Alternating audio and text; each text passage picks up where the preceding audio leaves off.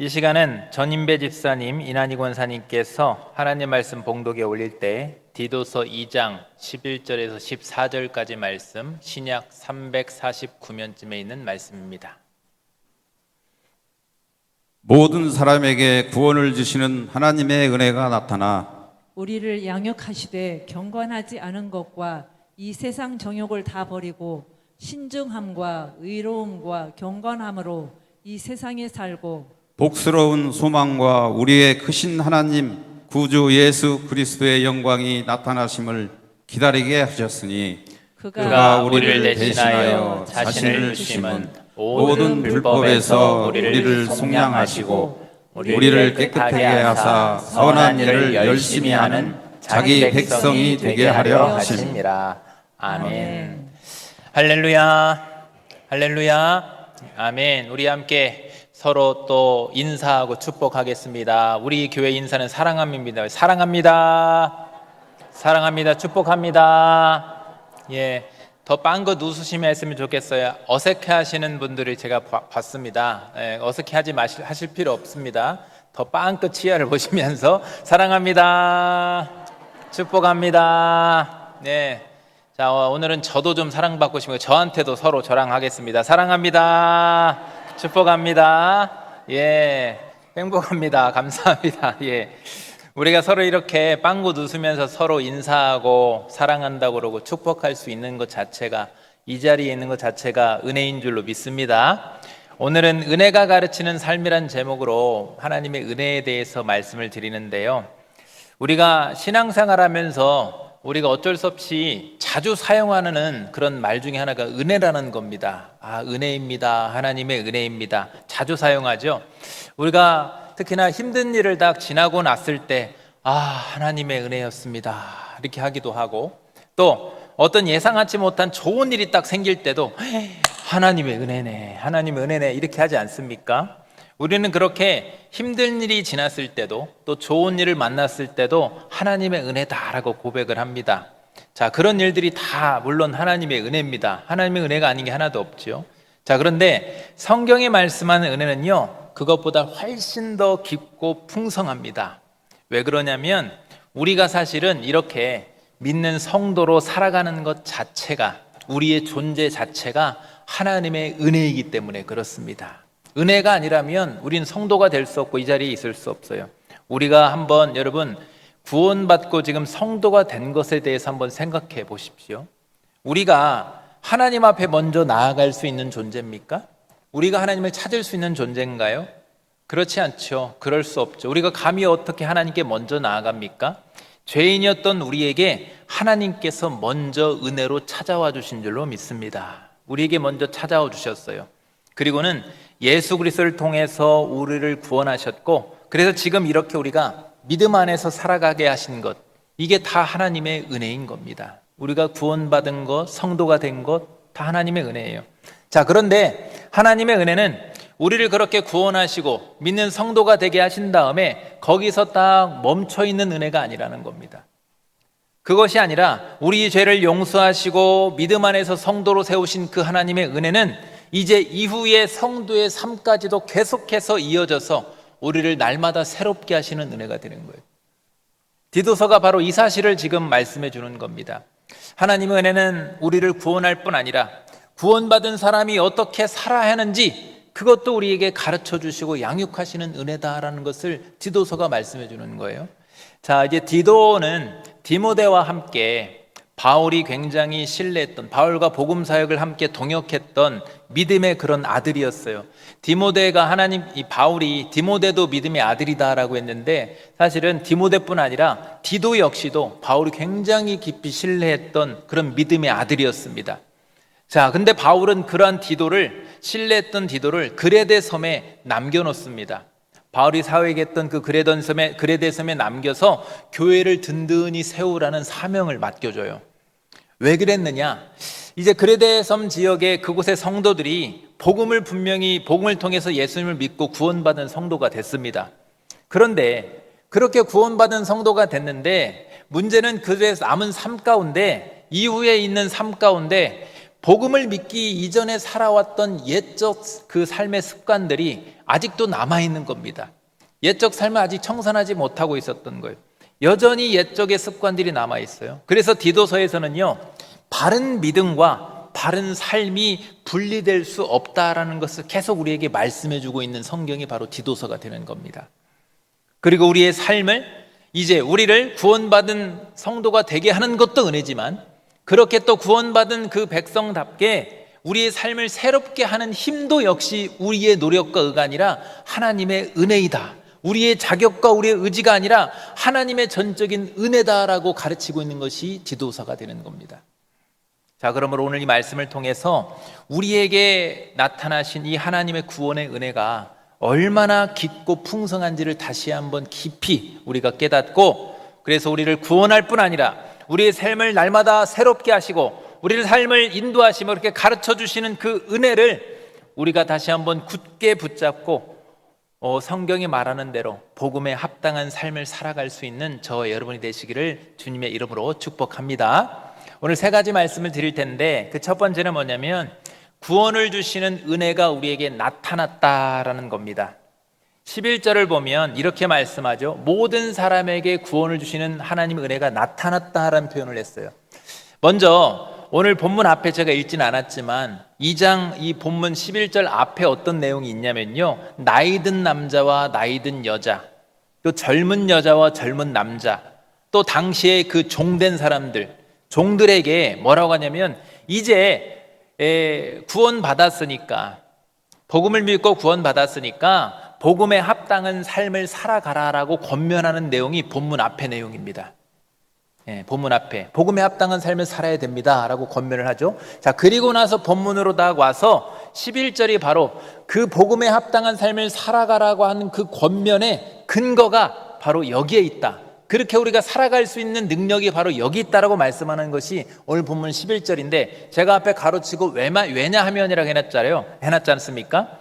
원문에 실제적으로 왜냐하면이라는 단어가 있어요. 실제 성경 원문에서는. 자, 그러니까 우리는 복음에 합당한 삶을 살아내야 됩니다. 왜냐하면 모든 사람에게 구원을 주시는 하나님의 은혜가 나타났기 때문에 그렇습니다 라는 거예요. 그러니까 더 쉽게 말씀드리자면 하나님의 은혜 때문에 우리는 복음에 합당한 삶을 살 수 있습니다 라고 권면하는 겁니다. 이해되시면 아멘? 아멘. 예. 그러니까 복음에서는요, 우리 기독교 신앙에서 복음은요, 항상 그 순서가 은혜가 먼저예요. 우리의 어떤 의와 우리의 노력, 우리의 자격이 아닙니다. 철저히 은혜입니다. 은혜.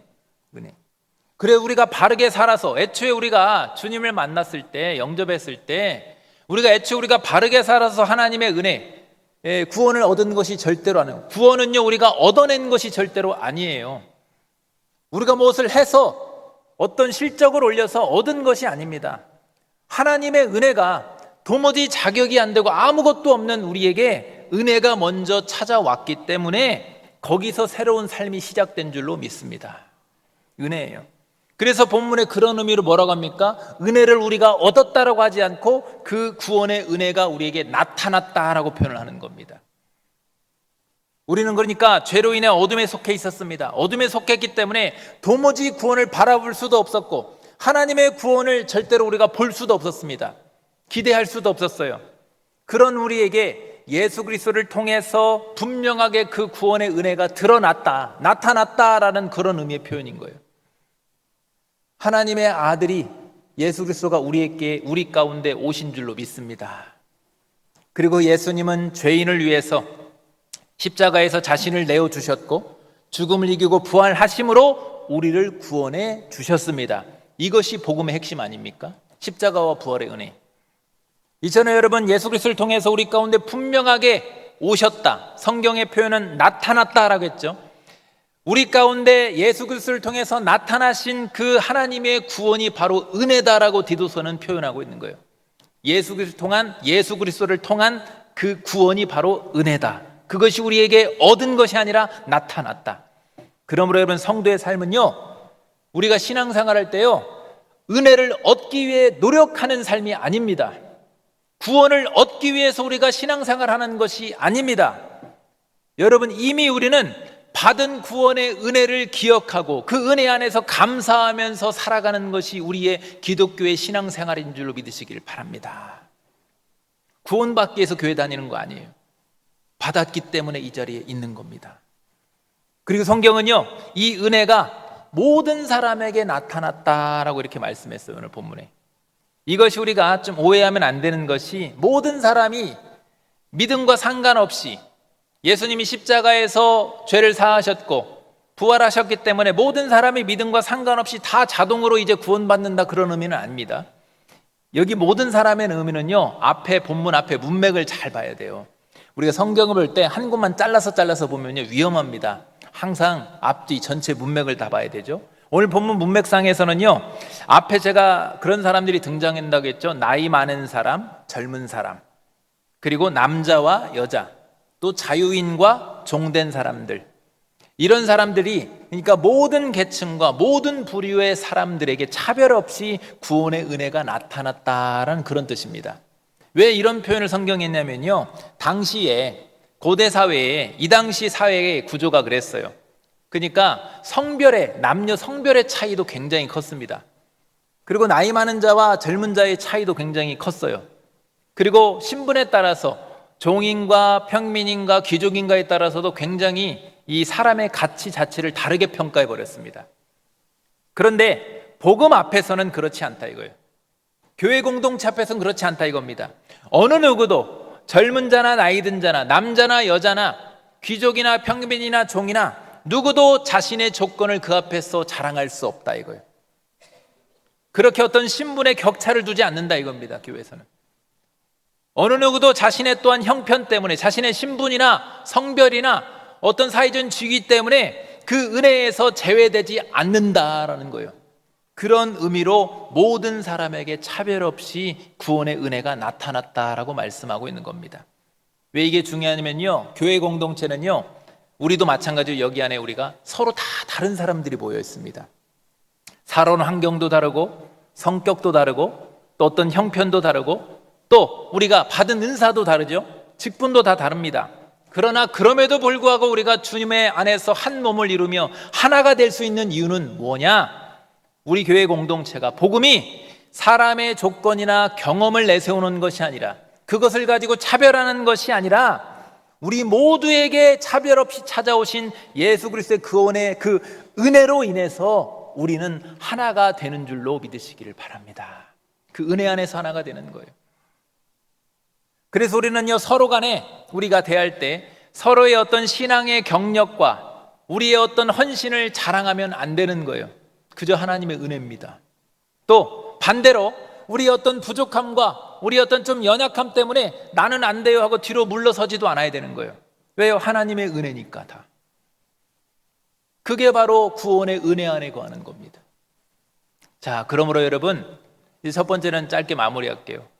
자격 없는 우리에게, 도무지 자격 없는 우리에게 먼저 찾아와 주시고 구원해 주신 그리스도의 그 은혜를, 자격이 아니라 우리의 의와 자랑이 아니라 그 은혜를 굳게 붙들면서 그 은혜 위에서 우리의 믿음과 삶을 든든히 세워갈 수 있는 복된 성도님들이 되시기를 주님의 이름으로 축복합니다. 두 번째는, 그 은혜는 우리의 삶을 새롭게 가르쳐 주신다. 이거는 이제 지속적인 양육에 대한 말씀입니다. 12절을 보면 그 단어가 나오죠. 그래서 우리를 양육하시되, 이제 하나하나가 다 중요해요. 경건하지 않은 것과 이 세상 정욕을 다 버리고 신중함과 의로움과 경건함으로 이 세상에 살고라고 했어요.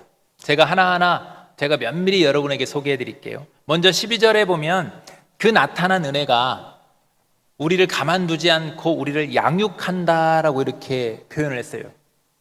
의인화해서 표현했죠. 그 은혜가 우리를 양육한다. 이거는 그러니까 실제로 부모가 마치 자녀를 양육한다는 그런 의미입니다. 부모가 자녀를 어떻게 양육합니까? 어린아이가 처음에 젓가락질을 못하면 젓가락 잡게 하지 않습니까? 부족한 것을 훈련하죠. 또 성숙한 사람은 자꾸만 길러냅니다. 처음에는 아이가 손이 많이 가죠. 좀 깁니다. 기어가다가 걷습니다. 그러다가 이제 점점 잘하고 그러면 점점점 그렇게 성숙하게 그렇게 잘하지 않습니까? 부모는 자녀를 그냥 방치하지 않죠. 혹시라도 넘어지면 다시 이렇게 세우지 않습니까? 은혜도 마찬가지예요. 우리가 넘어질 때가 있습니다. 넘어질 때 은혜는 우리를 방치하지 않고 말씀 앞에 다시 세워주시고, 잘못된 길을 갈 때도 다시 돌이켜 주시고, 부모가 마치 자녀를 한 번 딱 태어나고 너는 왜 장성하지 않았냐라고 하지 않듯이 지속적으로 손을 대고 자라게 하고 계속 양육하듯이 그 은혜도 조금씩 그러나 포기하지 않고 지속적으로 우리가 주님을 닮아가도록 양육하시는 것이 주님의 은혜인 줄로 믿습니다. 그래서 우리를 양육하시는 하나님의 은혜는요, 여기 중요해요, 여러분. 우리를 양육하시는 구원의 그 은혜는요, 과거의 어느 순간에만 우리를 구원하고 끝나는 은혜가 아니에요. 몇 년, 몇 월, 며칠 날 구원받았습니까? 이런 방식이 아닌 겁니다. 몇 년, 몇 월, 며칠 구원받는, 나도 모르겠어요. 그거 중요한 거 아니에요, 우리는. 그게 중요한 것이 아니라, 여러분, 구원의 은혜는요, 지속성인 거예요. 우리 계속 양육하는 겁니다. 그래서 구원의 은혜는요, 은혜를 특별한 어느 날의 경험으로만 딱 여기거나, 그 날짜가 중요합니다라고 하거나, 그리고는 그래서 구원 한 번 딱 받았기 때문에 이후의 삶은 달라지지 않아도 된다, 나는 자유해도 된다라는 거 생각하는 것은요, 바른 신앙이 아니에요. 이 잘못된 이 사상이요, 우리 지금 성경을 보는 초대교회 때부터 영지주의라고 해서 이게 나왔어요. 그래서 요한복음이 써진 겁니다. 육은 악하고 영은 선한데, 그래서 이것을 통해서 우리는 이제 영이 구원받았으니까 이원론이죠. 내 육은 죄 지어도 상관없다. 절대적인 극단적인 금욕주의로 가든지 아니면 쾌락주의로 가든지, 여기에서 나온 그런 잘못된 사상들이 지금까지도 이어지고 있습니다. 그래서 지금 여러분이 우리를 어떻게 미혹합니까? 그들은 몇 날 며칠 구원받았습니까? 라고. 여러분, 그거 중요한 것 아닙니다. 그게 중요한 것이 아니라 지금도 그 구원의 은혜 가운데 우리가 살아내는 것이 중요한 줄로 믿습니다. 하나님의 은혜는요, 몇 날, 몇 월, 며칠 그날만이 아니라 오늘도 앞으로도 지속적으로 우리의 생각과 우리의 걸음을 인도하시면서 하나님 나라의 백성다운 삶으로 양육해 주시는 은혜인 줄로 믿습니다. 그리고 그 은혜가 이제 우리에게 가장 먼저 가르치는 건 뭐냐면요, 버리는 걸 가르치는 거예요. 이전에 잘못된 습관을 버리는 것. 그래서 12절에 뭐라고 합니까? 경건하지 않은 것과 이 세상 정욕을 다 버리고 라고 했어요. 여기 경건하지 않다는 것은 뭘까요, 여러분? 우리가 뭐 예배 한두 번 빠는 거? 기도 생활 좀 우리가 쉬는 거? 말씀 생활 잠깐 쉬는 거? 이런 걸 말하는 겁니까? 그런 몇 가지 행동을 말하는 것이 아니라요, 성경이 말하는 경건하지 않은 거는요, 내가 여전히 주인 되어 살아가는 삶의 방식을 말하는 거예요. 근본적인 부분. 하나님을 믿는다고 하면서도 삶의 방식은 하나님의 말씀보다는 자신의 뜻을, 세상의 뜻을 더 앞세우는 것, 하나님께 속하지 않고 세상의 방법대로, 내 방법대로 살려고 하는 것, 이게 바로 경건하지 않은 겁니다. 그래서 이어서 이 세상의 정욕이라는 성경의 말도요, 몇 가지, 우리가 육신적인 몇 가지 죄의 요소들만을 말하는 것이 아닙니다. 몇 가지 행위를 말하는 것이 아니에요. 하나님보다 자기 만족을 앞세우고 말씀보다 자기 욕망을 더 따라서 살아가려는 모든 그 욕심이, 그것을 딱 통칭해서 말하는 것이 성경에서 이 세상의 정욕이라는 거예요. 여러분, 우리가 은혜로 구원받은 성도도 여전히 죄의 유혹을 받고 살아갑니다. 얼마나 많은 죄의 유혹들이, 요소들이 있습니까? 때로는 우리는 흔들리기도 하고 넘어지기도 합니다. 곁길로 행하기도 합니다. 그러나 중요한 것은요, 그 은혜를 받은 사람은, 은혜 안에 있는 사람은요, 그 죄를 당연하게 여기지 않아요. 거기에 머물려고 하지 않습니다. 애통하지요. 힘들어합니다. 그래서 말씀 앞에서 자신을 다시 살피고 그 잘못을 깨닫고, 깨달으면 회개하고, 그리고 다시 하나님이 기뻐하시는 길로 다시 돌아오게 되는 거죠.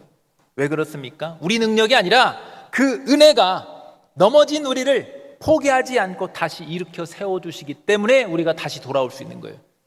다시 이 자리에 있을 수 있는 겁니다. 그렇게 하나님은요, 우리가 버려야 될 것들을 버리게 하셔서 우리를 양육해 가십니다. 또 우리를 양육하신 은혜는요, 버릴 것만 가르치지 않죠. 우리에게 새롭게 살아갈 길도 가르쳐 주시는데, 이제 우리가 이렇게 살아내야 되는, 우리가 붙잡아야 되는 삶을 가르쳐 줍니다. 그게 바로 오늘 말씀에 신중함과 의로움과 경건함으로 이 세상을 살고라고 함축해서 표현했어요. 이걸 또 제가 풀어서 설명드리자면, 신중함은 나 자신에 대한 것, 의로움은 타인에 대한 것, 경건함은 하나님 앞에 선 겁니다. 좀 더 설명을 드리자면 신중하다는 것은요, 내 감정과 내 욕망에 끌려가는 것이 아니라 나 자신을 하나님의 뜻에 따라서 나 자신을 다스리는 삶을 말하는 거예요. 신중하게. 의로움이라는 것은요, 다른 사람을 대할 때 정직하고 공정하게 대하고 사회 공동체 가운데 사회 속에서 맡겨진 책임을 성실하게 감당하는 것이 바로 의로움입니다. 그 다음에 경건함은요, 사람의 눈앞에서만 행하는 것이 아니라 보이지 않는 자리에서도, 사람들이 없는 자리에서도 사람들의 눈이 아니라 하나님을 의식하면서 살아가는 것이 바로 경건함입니다. 여러분, 이처럼 은혜는요, 우리 마음에 잠깐 오늘 찬양이 좋았어, 오늘 말씀이 좋아서 딱 막 감동받고 그러고 딱 끝나는 것이 은혜가 아니에요. 우리가 그렇게 오해하면 안 되는 겁니다. 은혜는요, 우리가 말하는 방식과 사람을 대하는 그런 모습과 우리가 실제적으로 이 삶에서 돈을 쓰는 방식, 시간을 사용하는 방식, 또 사람들이 없는 아무도 보이지 않는 자리에서까지도 우리의 삶을 새롭게 만들어 가시는 것이 하나님의 은혜인 줄로 믿습니다. 은혜는 그래서 감정이 아니라 실제적인 거예요. 삶인 거예요. 그리고 지도서는요, 이러한 삶이 장차 우리에게 약속되어 있는 그 천국에 들어간 뒤에 이렇게 천국 백성답게 살라고 하는 것이 아니라, 그래서 그런 의미에 맨 뒤에 뭐라고 했어요? 이 세상에 살고라고 딱 해놨어요. 이 세상에 살고. 그러니까 성도는요, 지금 이 시대 가운데 살아갈 때 어떤 마음으로 살아가느냐?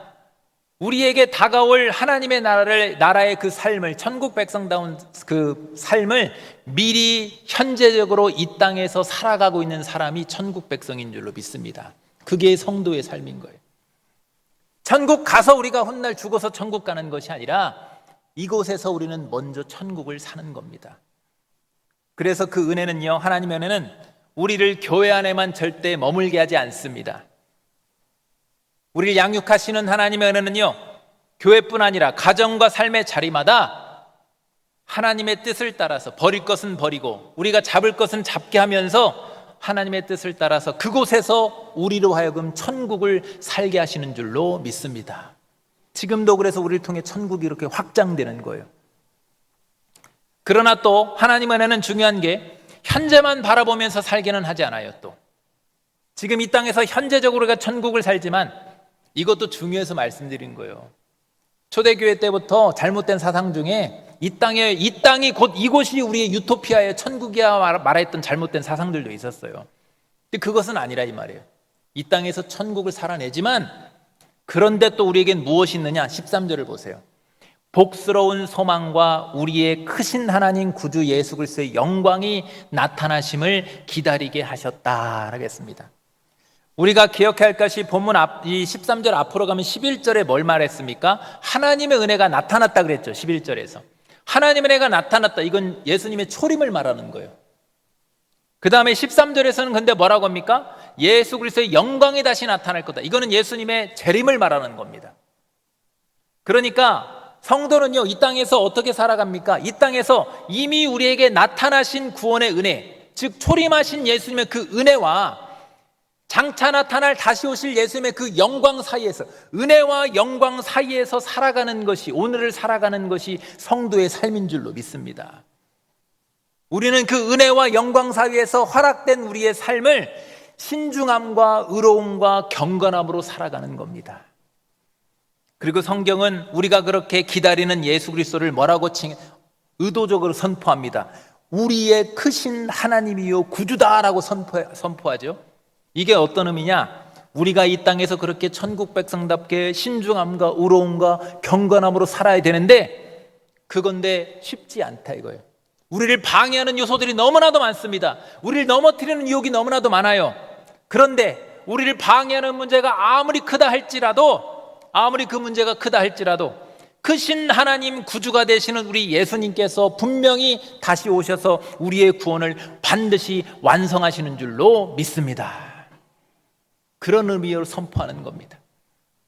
그러므로 여러분, 우리를 포기하지 않고 끝까지 양육하시는 그 주님의 은혜에, 우리를 구원할 뿐 아니라 끝까지 양육하시는 그 주님의 그 은혜에 우리 자신을 기꺼이 맡기시고 또 다시 오실 주님의 영광을 바라보면서 오늘의 삶을, 우리에게 허락하신 오늘의 이 땅에서의 삶을 신중함과 의로움과 경건함으로 살아감으로써 날마다 주님을 닮아가는 복된 성도들이 되시기를 주님의 이름으로 축복합니다. 세 번째는 이제 그리스도는 자기 백성을 새롭게 세우신다. 이제 사명에 대한 겁니다. 훈련을 받았으니까 사명에 대한 것. 14절을 보면 그가 우리를 대신하여 자신을 주심은 모든 불법에서 우리를 속량하시고 우리를 깨끗하게 하사 선한 일을 열심히 하는 자기 백성이 되게 하려 하심이라 했어요. 이것도 제가 자세히 하나하나 소개해 드릴게요. 하나님 은혜를 가장 분명하게 우리에게 보여주시는 건요, 성경에서 무엇보다도 예수 그리스도의 십자가의 사건입니다. 이것보다 하나님의 크신 은혜, 하나님의 크신 사랑을 정확히 보여준 사건은 없어요. 그런 의미에서 14절은 그런데 예수 그리스도께서 뭐라고 했습니까? 우리를 대신하여 자신을 주셨다라고 표현했습니다. 이게 왜 중요한 표현이냐면요, 십자가는 일부 거짓된 그런 사상을 전했던 초대교회 때부터 그런 바른 복음이 아니라 복음을 흐리고 미혹했던 그런 사람들이 주장했던 것처럼 십자가는 실패가 아닙니다. 자꾸 그들은 십자가를 실패로 말하죠. 그래야 예수님을 지울 수 있으니까, 그래야 어떤 특정 교주가 주장할 수 있으니까, 자신을 믿으라고 주장할 수 있으니까. 그런데 분명히 성경은 뭐라고 표현합니까? 주님이 우리를 대신해 자신을 주셨다고 그랬어요. 그러니까 십자가는요, 우리 주님께서 약해서 능력 없고 힘 없어서 어쩔 수 없이 당하신 실패의 사건이 아닌 겁니다. 십자가는요, 능력의 주가 되시는 우리 주님께서 죄인인 우리를 살리기 위해서 기꺼이 자기 자신을 내어주신 사건인 줄로 믿으시길 바랍니다. 그리고 거기서 무엇을 이루셨습니까? 십자가에서 아버지의 뜻에 죽기까지 순종하심으로, 불순종해서 아무런 도무지 불의했던 우리가, 스스로 그 의를 충족할 수 없는 우리가 우리를 대신해서 십자가에서 죽기까지 우리 주님은 순종하심으로 우리의 행위로 절대로 이룰 수 없는 그 의를 주님께서 이루신 줄로 믿습니다. 십자가는 실패가 아니라 이루신 거예요. 그래서 성경은요, 우리 예수님께서 자신을 내어주신 그 목적을 이렇게 분명히 말씀하죠. 모든 불법에서 우리를 속량하셨다라고 표현합니다. 성경에서 종종 우리가 속량이라는 단어가 나오지 않습니까? 속량이라는 것은요, 어떤 뜻이냐면 값을 대신 치렀다, 값 주고 샀다, 대신 샀다. 그러니까 고대사에서 어떤 의미 때 속량을 쓰냐면요, 이제 종이 됐거나 포로로 끌려가는 경우가 있습니다. 그런 종된 자나 포로된 자를 대신 값을 치러서 자유롭게 해준 것, 이게 속량이라는 단어예요. 그러니까 우리에게 그렇게 하셨다는 거죠. 죄와 사망 권세의 종이었던 우리가, 우리 힘으로는 그래서 그 죄의 사슬을 절대로 끊을 수 없었어요. 자유할 수 없었는데 예수님께서 십자가에서 자신의 생명의 핏값을 가지고 값을 치르셔서 우리를 죄의 권세에서 자유케 하시고 온전히 주님의 소유가 되게 하신 줄로 믿습니다. 주님의 핏값으로 사신 거예요. 우리는 주님의 소유가 된 겁니다. 그래서 구원은요, 우리의 어떤 특정 날에 죄의 형벌을 잠깐 그것만 딱 면해주고 끝나는 것이 구원이 아닙니다. 구원은요, 주님의 소유로 이제 우리를 완전히 주님의 소유로 사셨잖아요. 죄의 종에서 우리의 신분이 완전히 주님의 소유로 바뀌었지 않습니까? 그렇기 때문에 한 번 죄 용서받고 끝나는 것이 아니라 그 죄가 더 이상 또다시 우리에게 주인 노릇하지 못하도록 이제는 완전히 하나님의 소유된 백성으로서 그분의 다스림 아래서 새로운 삶을 살아가도록 하는 것이 바로 구원의 은혜인 줄로 믿으시길 바랍니다. 또한 주님은 그런 의미에서 우리를 깨끗하게 하셨다라고 했어요. 예수님의 피는요, 우리 모든 죄를 다시 씻게 하십니다. 깨끗하게 하십니다. 그리고 그 의롭다 하신 그 주님은요, 거기서 끝나는 것이 아니라 다시 또 우리가 불의한 길에 서지 않도록, 죄의 종이 되지 않도록, 우리가 옛 모습으로 돌아가지 않도록 우리를 가만두지 않고 붙잡고 계시는 거예요. 그게 바로 오늘 본문의 깨끗하다는 의미예요. 한 번 용서받고 끝나는 것이 아니라, 특정 날에 딱 한 번 회개하면 끝나는 것이 아니라 지속적으로 우리가 그 죄를 발견하고 자꾸만 회개하고 깨끗함을 유지하게 하는 것이 구원의 은혜이다, 이겁니다. 그래서 은혜는요, 그 은혜는 우리를 뭐라고 합니까? 성경이 선한 일을 열심히 하는 자기 백성으로 세우신다라고 해요. 넘어지면 또 세우시고 넘어지면 또 세우시고. 어떻게 해요? 선한 일을 열심히 하는 자기 백성으로.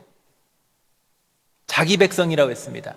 예수님께서 자기의 피로 우리를 사셔서 예수님께 죄에 속한 것이 아니라 예수님께 속한 소중한 자기 백성으로 삼아주셨다 했어요. 여러분, 우리의 소속은 죄와 사망 권세가 아니라 우리 예수님이신 줄 믿으시길 바랍니다.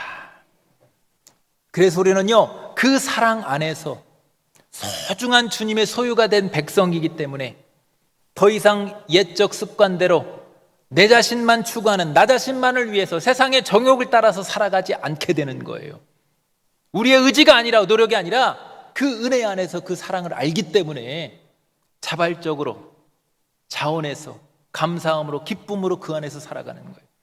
나를 구원하신 주님께 속한 사람으로서 오늘 내 삶에서 주님이 무엇을 기뻐하실까? 내가 기뻐하는 것이 아니라 내가 주님의 소유가 됐는데 이게 너무나도 기쁜데, 감사한데, 그렇다고 한다면 내가 나의 기쁨이 아니라 주님을 위해서 무엇을 할 수 있을까라고 하면서 주님의 뜻을 구하며 살아가는 거죠. 그래서 성경에 열심히 한다는 표현도요, 내가 마지못해서 짐이 돼가지고 이거 해야 되니까 나 이거 해야 돼, 구원받아, 내가 이거 해야 돼, 어떤 직분에 올라가야 돼, 얼만큼 내가 실적을 내야 돼, 이런 식으로 여러분 어떤 의무적으로 내가 이걸 수행하는 개념으로 우리가 신앙생활하는 것이 아니에요. 너무나도 힘들어, 피곤해요. 그럼 우리 신앙생활이. 여러분 지금 어떤 봉사나 직분을 감당하십니까? 그런 의미로 의무로 하지 마시기를 바랍니다.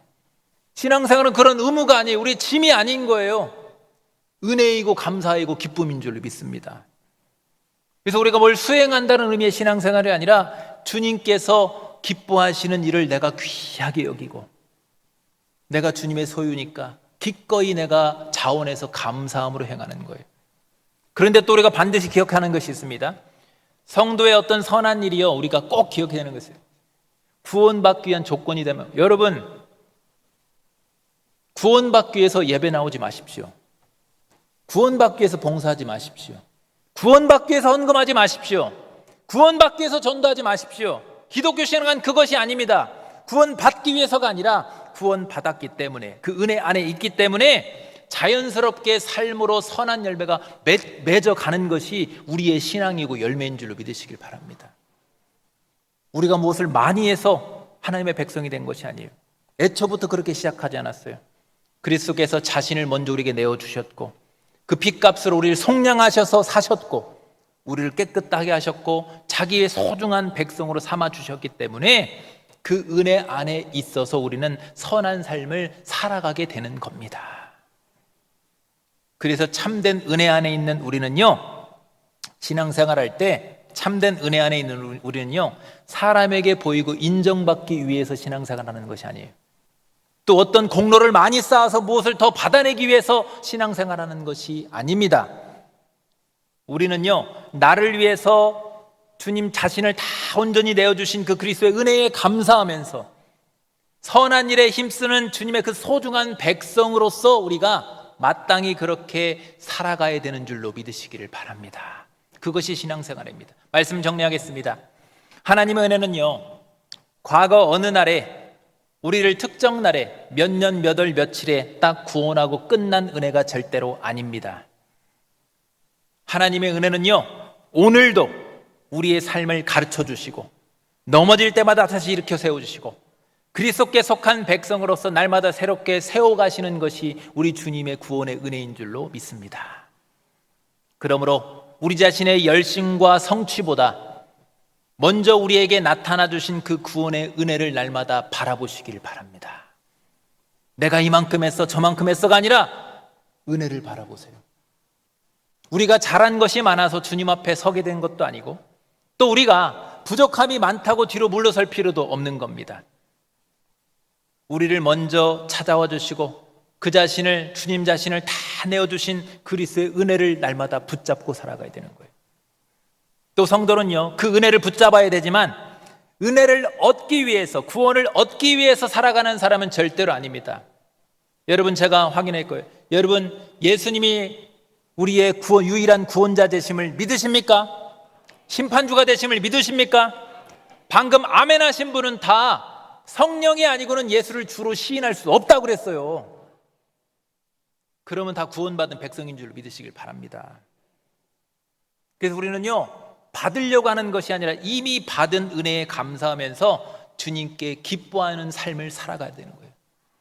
그러므로 우리 교회가 우리를 구원하시고 양육하시고 끝까지 붙들어 주신 그 주님의, 그 하나님의 은혜를 더 깊이 누릴 수 있는 우리 교회와 성도가 되시길 간절히 소망합니다. 그래서 눌리는 짐이 아니라, 무거운 짐이 아니라 그 은혜 안에서 기쁨으로 교회와 가정과 삶의 자리마다 주님을 닮아가며 선한 일을 풍성히 선한 열매를 맺어갈 수 있는 저와 여러분이 되시기를, 그렇게 행복한 신앙생활이 될 수 있는 저 여러분이 되시기를 주님의 이름으로 축복합니다.